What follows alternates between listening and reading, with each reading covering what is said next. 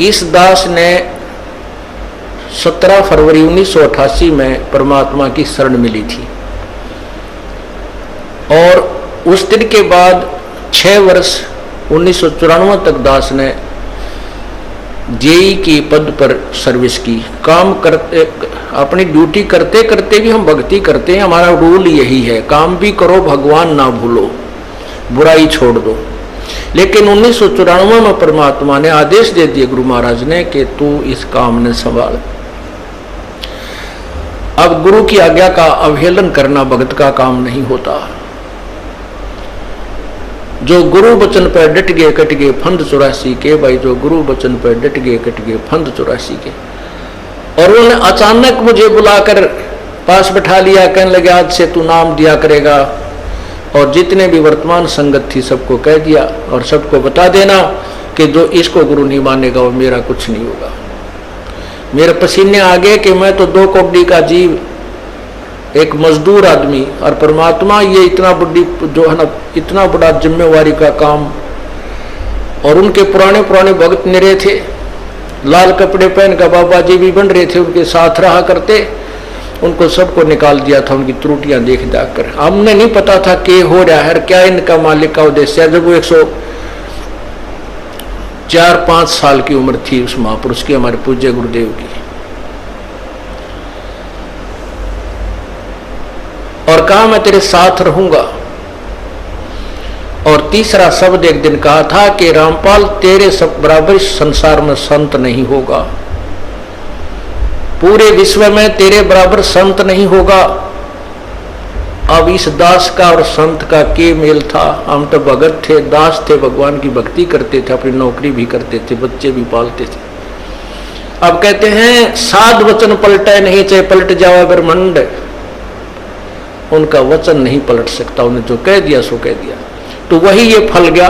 नहीं हमारी तो घर के ना सुने थे, शुरू में अकेला नाम ले रहा था। बालक भी तो बालक छोटे थे, वो तो घर जैसे कहूँ था मान जाते, उनकी माँ नहीं माने, फिर मेरे माता पिता नहीं माने। अगले भाई पुरानी लाग कुकर छोड़ना, बड़े साके में पा आया। फिर परमात्मा से अर्ज करी, धीरे धीरे वो समझन लागे। ना सुनते तो भी बोले जानता बावड़े की तरह।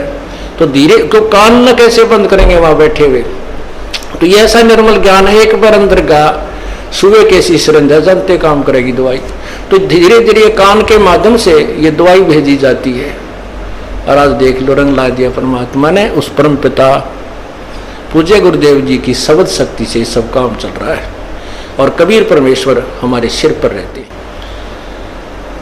तो परमात्मा उस दिन के बाद सन 1995 में इतने 21 साल के बाद इतने पाठ हम घर घर पाठ किया करते थे। 3 दिन पाठ करते थे और 1 दिन पहले जाना पड़ता था। ये दास स्वयं सेवा करता था, घर घर जाके उनके सब जहां हमने पाठ करने का स्थान देखना होता था उसकी सफाई करते थे।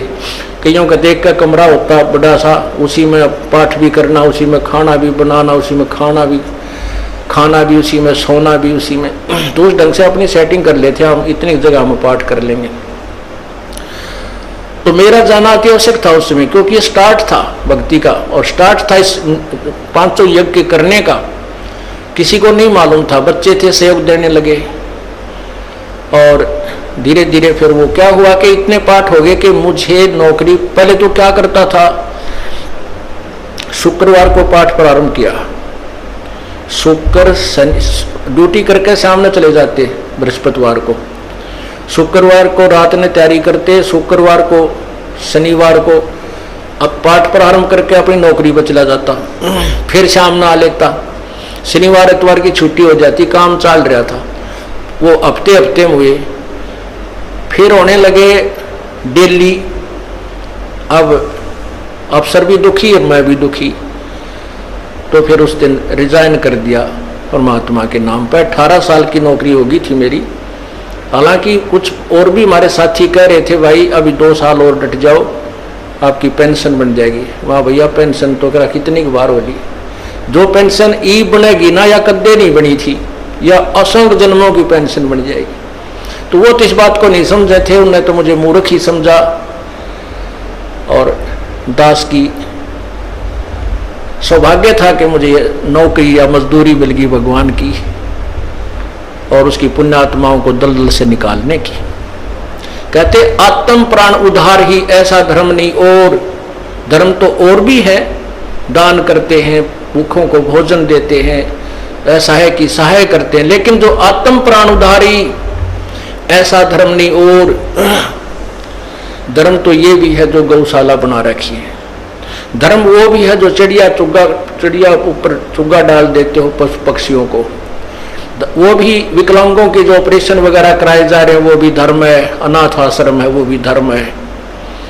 लेकिन जो आज गौ हैं उनकी सेवा कर रहे हैं, अच्छी है, क्योंकि कोई भी प्राणी है, चाहे भैंस है, पशु है, कोई किसी प्रकार का, सबकी सेवा हमने इसी दृष्टिकोण से करनी चाहिए, क्योंकि सब में एक जैसा जीव, वो भी धर्म है।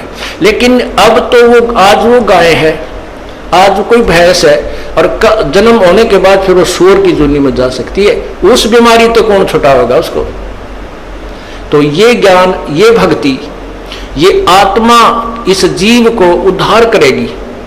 वो फिर 84 लाख योनियों में नहीं जाएगा, या तो मनुष्य शरीर होगा, नहीं सतलोक चला जाएगा।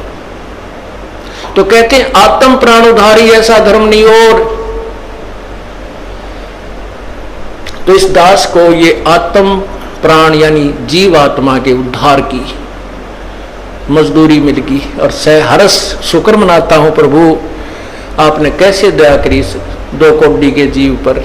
और ऐसे निर्मल भगवान की महिमा, ओए होए होए, जिसके नाम लेते हैं रूंग रूंग खड़े हो जाते हैं। उसके बाद परमात्मा की ऐसी महिमा हुई, अब मुझे इतनी खुशी होती है। कैसा निर्मल समाज तैयार हो रहा है, बीड़ी शराब मांस तम्बाकू उसको देखकर भी राजी नहीं है। अब ये पुण्यात्मा दोनों हाथों दान करते हैं, और हम पहले लूटन पर लगे रहा करते थे, पाप बढ़ाते थे, ये माया साथ नहीं जानी थी कि इतना नरक इकट्ठा कर रहे थे। और परमात्मा क्या कहते हैं, सतगुरु के सिजदा करूं कर्म छुटाए कोटि, और जो ऐसे सतगुरु की निंदा करे फिर जम तोड़ेंगे होठ। अब जो लोग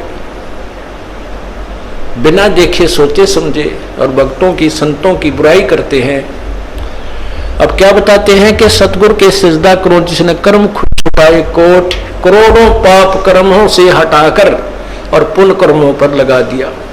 कितने पाप कर्म बचा दिए हमारे। और जैसे ऐसे सतगुरु की जो निंदा करते हैं, कहते हैं उनके जम तोड़ेंगे होठ, यम के दूत उनके ऐसे लठ मारेंगे, चाहे कितने लागो, मुंह पे होठा पे। होठ इसलिए कहा कि इस पर ज्यादा दर्द होया करे, सोई भी बड्डी आया करे। तो कहते हैं वो जम तोड़ेंगे होठ जो बकवाद किया करते थे, संतों की निंदा करते थे। नित्यानंद जी महाराज ने यहां तक कहा है, भाई तू ना मानता ना, ठीक है अपना और काम कर ले और कुछ कह सुन ले, पर संत की निंदा मत करिए, ये तेरे लिए बहुत जबरदस्त पाप बन जाएगा। लेकिन जो इस मार्ग से परिचित नहीं है, वो नादान बच्चे आगे में हाथ दे देते, बिजली के तार को छू लेते, और ज्ञान होता सत्संग से, और सत्संग में ये काल नहीं आने देता। तो उस दिन के बाद परमात्मा की ऐसी रजा हुई कि बाग लाग गया भगवान का।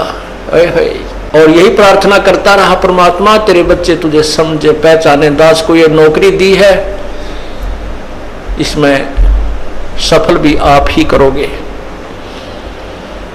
इन लोगों ने तो आपको भी नहीं बख्शा था, जब जिस समय आप यहां आए थे काशी में 120 वर्ष रहकर गए, सारा जीवन आपके पीछे पड़े रहे। उन दुष्ट आत्मा स्वार्थियों ने अपने स्वार्थ के लिए जनता को सत्य ज्ञान नहीं समझने दिया, और परमात्मा को बहुत यातनाएं दी गई। अब उनकी जो यातनाओं, उनके साथ जो हुए संघर्ष को देखकर इस दास का दिल डटा हुआ है कि हमारे साथ तो अभी कुछ भी ना हुआ है। जो उस परमात्मा के साथ कितना तेल के कढ़ाई में डाल दिए, कितना काट काट के घेर दिए, कितना कुएं में डाल के ऊपर तो डले ठोक दिए, फिर भी डोके न पाए। वो तो समर्थ थे। और जनता कुछ नहीं बिगाड़ सकी और ना ही उनको समझ सकी। समझना चाहिए था, कुछ लोग समझे भी थे, लेकिन बाद में फिर वो ठीक ढंग से ना लगे तो भगवान ने उनको स्वयं ही रिजेक्ट कर दिया था। परमात्मा क्या बताया करते थे, कैसा ऑथेंटिक उदाहरण दिया करते थे। अपने आत्माओं क्या बताते हैं, भाई सिरसाटे की भक्ति है और कछु नहीं बात, सिर के साटे पाइयो अवगत अलख अनाथ। अब शीश कैसे देना है, शीश ये नहीं भाई काट के सिर चढ़ा दे भगवान के चरणों में, ऐसे नहीं। जैसे आपको परसों के सत्संग में सुना था कि गुरुदेव को समर्पण कर दिया जाए।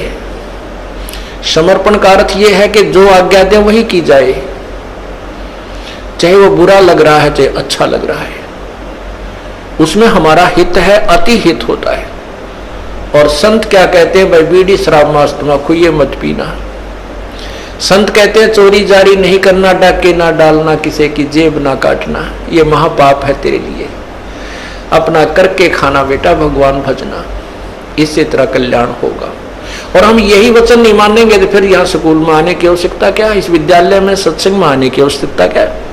हम गलतियां भी गलती पे गलती करते रहे और फिर सत्संग में भी आ रहे हैं तो वो फेल हो जाएंगे विद्यार्थी, वो पास नहीं हो पाएंगे।